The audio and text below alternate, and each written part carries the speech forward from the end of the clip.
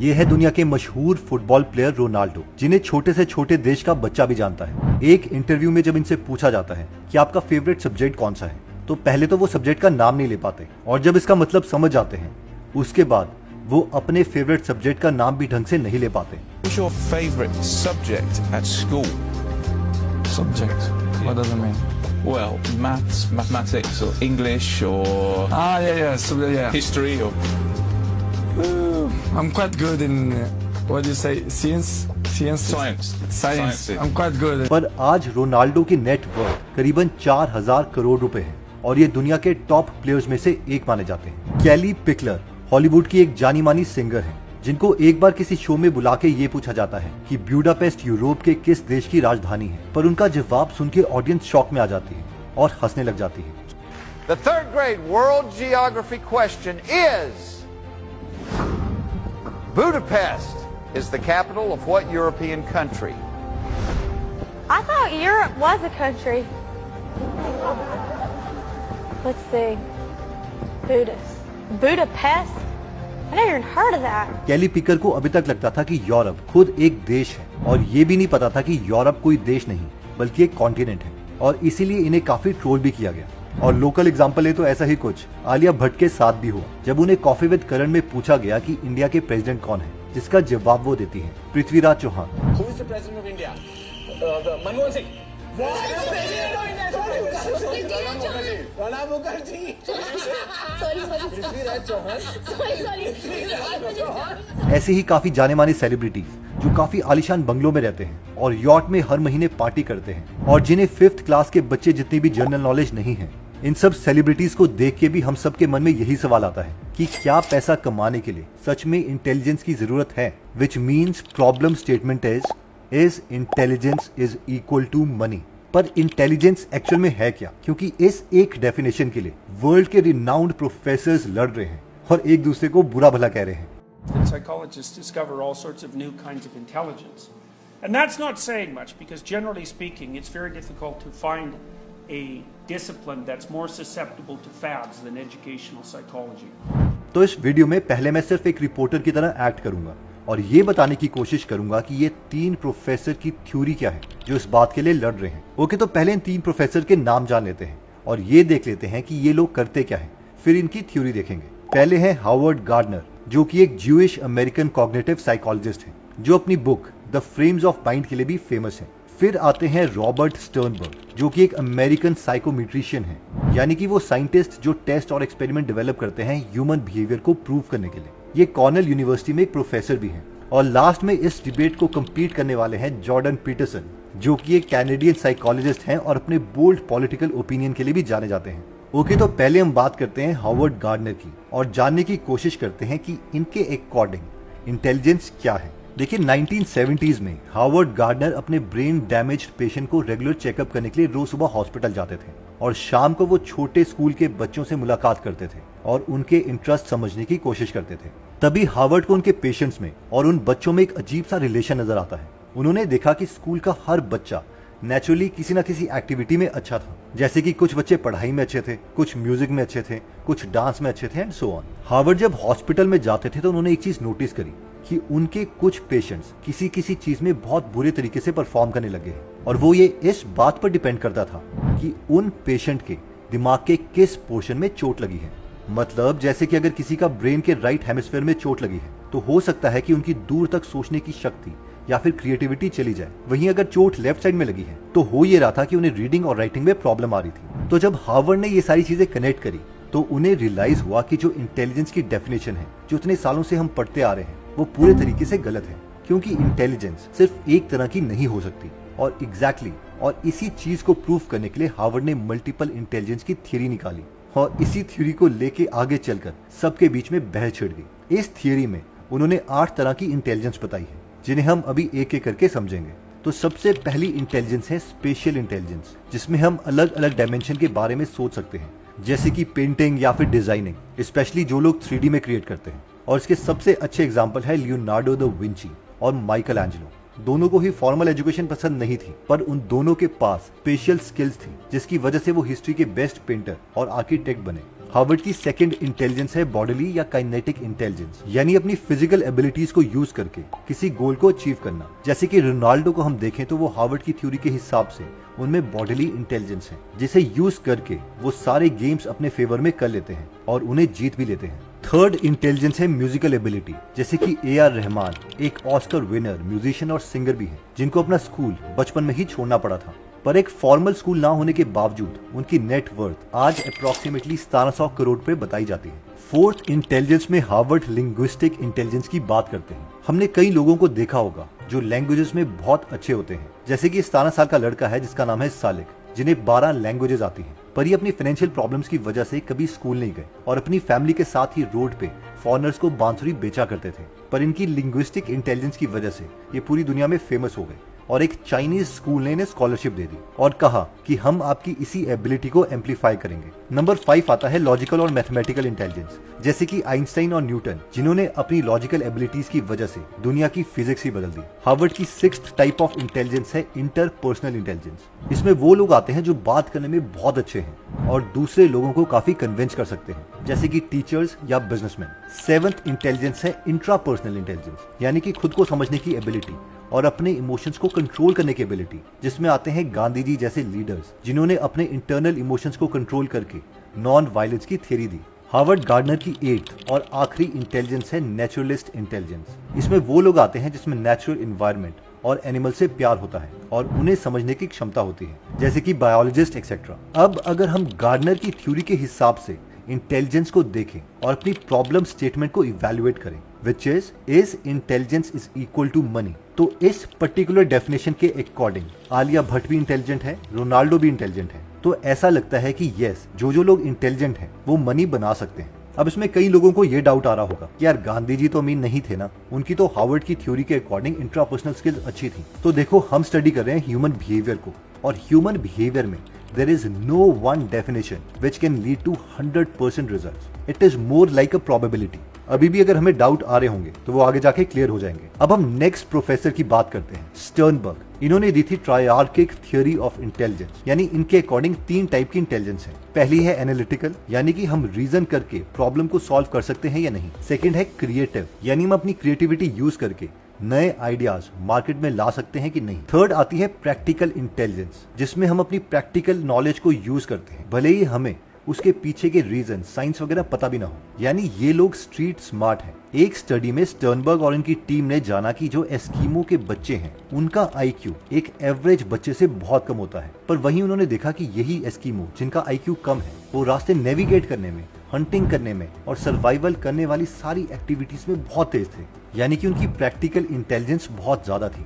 और एग्जैक्टली अगर हम इसी थिंकिंग मॉडल से अपने बूढ़े बुजुर्गों को भी देखेंगे तो भी हमें लगेगा कि यार इनके पास प्रैक्टिकल स्किल्स हैं, इनको वो एक्सपीरियंस है, बेशक उन्हें उसके पीछे का रीजन ना ही पता हो। वैसे देखा जाए तो बहुत से इंडियन कॉलेजेस में रट्टा तो मरवा ही देते हैं, लेकिन कोई एक्चुअल में ये नहीं समझाता कि इसकी प्रैक्टिकल एप्लीकेशन है क्या। तो एक ऐसा कॉलेज ढूंढना जहाँ रट्टा नहीं बल्कि प्रैक्टिकल नॉलेज दी जाए एक बहुत ही इंपॉर्टेंट स्टेप बन जाता है। हमें एक ऐसा कॉलेज चाहिए जिसका सिलेबस किसी 1940s के बुजुर्ग ने नहीं बल्कि मांग कंपनीज के प्रोफेशनल्स ने बनाया हो, जहां हमें उन लोगों से मेंटरशिप मिले जिन्होंने गूगल और फ्लिपकार्ट में काम किया हो। ऐसा कॉलेज जो हमें इंटरनेशनल टेक कॉन्फ्रेंसेस जाके इंडस्ट्री ट्रेंड समझाने का मौका दे in relevant countries like Silicon Valley USA और सिंगापुर। बट एक ऐसा कॉलेज है जो हमें बीटेक डिग्री इन सीएस और एआई में प्रोवाइड करता है।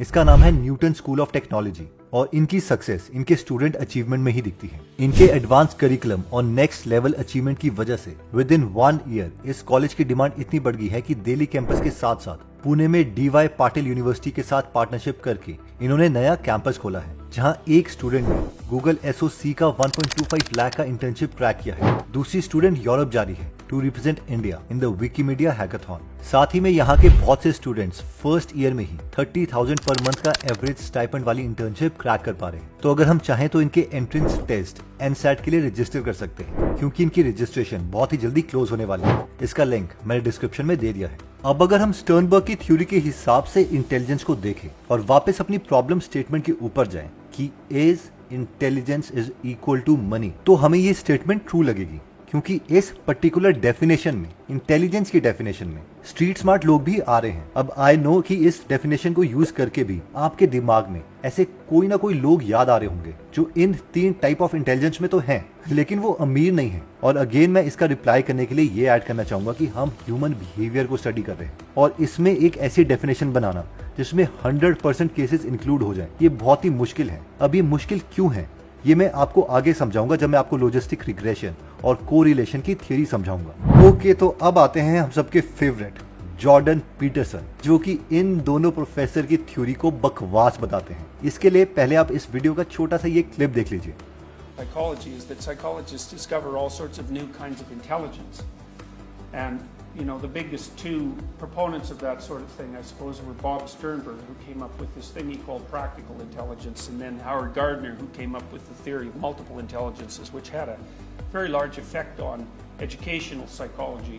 ओके, तब ये तो पता चल गया कि जॉर्डन पीटरसन इन दोनों प्रोफेसर की थ्योरी से खुश नहीं है, पर सवाल यह है कि जॉर्डन पीटरसन की जो खुद की थ्योरी है वो क्या है। देखिए, जहां तक मैं समझ पाया हूं, जॉर्डन पीटरसन का सारा आर्ग्यूमेंट आईक्यू पर बेस्ड है और आईक्यू के स्कोर्स 6 इंटरवल स्केल्स में होते हैं, जिसमें सबसे लो होता है 83 से कम, जो कि वर्ल्ड की 15% पॉपुलेशन है। और ये मोस्टली वो लोग होते हैं जिनकी जॉब काफी सरल और रेपिटेटिव होती है, जैसे कि फूड डिलीवरी बॉयज या ड्राइवर। और हम जैसे जैसे स्केल में ऊपर आते रहेंगे, हमारे लिए जॉब उतनी ही कॉम्प्लेक्स होती रहेगी। और एग्जैक्टली सेम चीज जॉर्डन पीटरसन भी कहते हैं कि अगर आप हाई आईक्यू वाले इंसान को अपॉर्चुनिटी नहीं दोगे तो आप उसे अनसक्सेसफुल बना सकते हो, पर इस चीज को आप उल्टा नहीं कर सकते। फॉर एग्जाम्पल, अगर 2 इंसान हैं, एक का IQ 65 है और दूसरे का 145 है, and everything else being constant, यानी कि इन दोनों लोगों के साथ बाकी हर चीज सेम हो रही है, तो इस केस में हाई IQ वाला इंसान ही सक्सेसफुल बनेगा। आई नो अब इसमें भी हमें कुछ डाउट आ रहे होंगे, पर एक और पॉइंट सुन लीजिए, फिर मैं उन डाउट्स को भी क्लैरिफाई करता हूँ। देखिए, जॉर्डन पीटरसन एक और बात कह रहे हैं। वो कह रहे हैं कि जो IQ का टेस्ट है वो डायरेक्टली कोरिलेटेड है यूनिवर्सिटी परफॉर्मेंस से, यानी जिसका IQ ज्यादा होगा वो यूनिवर्सिटी में अच्छा परफॉर्म करेगा ही करेगा। अब हम में से कई लोग बोलेंगे कि यार हमें क्या लेना यूनिवर्सिटी परफॉर्मेंस से, हमें तो ये देखना है कि लाइफ में बंदा पैसे कितने कमा रहा है। और एग्जैक्टली सेम ही चीज जॉर्डन पीटरसन भी कहते हैं। Intelligence, if intelligence isn't associated with university success, then you're probably not talking about intelligence. Now, you could argue that, right? Because you could say, well, intelligence has nothing to do with university success. But that's a definitional matter. We'd have to agree to begin with. वो कह रहे हैं कि आपको किसी ना किसी definition से तो स्टार्ट करना ही पड़ेगा ताकि आप उसके आगे के कंक्लूजन लगा पाओ, और उन्होंने ये डेफिनेशन ली है। अब इस पर्टिकुलर डेफिनेशन के अकॉर्डिंग अगर हम कंक्लूजन निकालते हैं और प्रॉब्लम स्टेटमेंट को वापस लाते हैं कि is intelligence is equal to money, तो इसमें हमें थोड़े ज्यादा लूप होल्स दिखते हैं, क्योंकि इस केस में आलिया भट्ट इंटेलिजेंट नहीं है और शायद फिर हम गलत कंक्लूजन पे पहुंच जाएं। ओके, तो अब हमने इन 3 प्रोफेसर की थ्योरी देख ली और मैंने एज अ रिपोर्टर एक्ट किया और जितना मुझे समझ आया था वो मैंने बता दिया। अब मैं अपने कंक्लूजन निकालने की कोशिश करता हूँ जितनी मेरी समझ है। हो सकता है मैं गलत हूँ। मैं किन बेसिस पर कंक्लूजन निकाल रहा हूँ उनको समझने के लिए आपको 3 कॉन्सेप्ट्स को समझना पड़ेगा। सबसे पहला कॉन्सेप्ट आता है कोरिलेशन। अब जनरली क्या होता है कि ह्यूमन माइंड हर चीज को बाइनरी में सोचता है, 0-1, यानी मैं ये करूंगा तो उससे ये इंपैक्ट आएगा। लेकिन जैसे कि मैंने कहा था कि ह्यूमन बिहेवियर में हम 100% चीजें प्रिडिक्ट नहीं कर सकते। वो कितने % चीजें प्रिडिक्ट कर सकते हैं, उसके लिए स्टैटिस्टिक्स में एक कॉन्सेप्ट होता है जिसे कहा जाता है कोरिलेशन। फॉर एग्जाम्पल, मैं आपको कहता हूँ कि एक स्टडी है जो ये बताती है कि एक्सरसाइज करने से आप ज्यादा जियोगे, और फिर कोई आके कहता है ये देख, ये हमेशा एक्सरसाइज करता था, ये तो 30 की उम्र में ही मर गया। तो एग्जैक्टली जो एक्सरसाइज है और लॉन्जिविटी है, यानी हम कितना जिएंगे, उसका कोरिलेशन 1 नहीं है। कोरिलेशन 0 से लेकर 1 तक होता है जो प्रोबेबिलिटी बताता है। हो सकता है इनका कोरिलेशन 50%, हो सकता है इनका कोरिलेशन 0.5 हो, यानी एक वेरिएबल का 50% दूसरे वेरिएबल से प्रिडिक्ट हो सकता है। और रियल लाइफ में ऐसा ही होता है। एक चीज का आउटकम 100% दूसरे किसी एक चीज पर डिपेंडेंट नहीं होता, वो मल्टीपल चीजों पे होता है। तो पहला कॉन्सेप्ट था कोरिलेशन। सेकंड आता है लॉजिस्टिक रिग्रेशन इक्वेशन, जो कि कुछ ऐसी दिखती है। आई नो ये थोड़ी कॉम्प्लेक्स है, लेकिन मैं इसकी लूज डेफिनेशन आपको बता देता हूँ ताकि सबको समझ आए।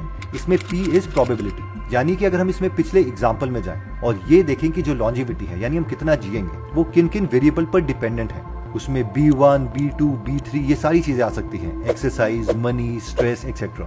तो इन सबको मिला के किसी इवेंट की होने की प्रोबेबिलिटी कितनी है। नितिन कामत, जो कि बहुत ज्यादा एक्सरसाइज करते हैं, एक बिलियनियर भी है और एक फिटनेस फ्रीक है, उनको एक छोटा सा हार्ट अटैक आया था जो कि उन्होंने लिंक्डइन में मेंशन भी किया था।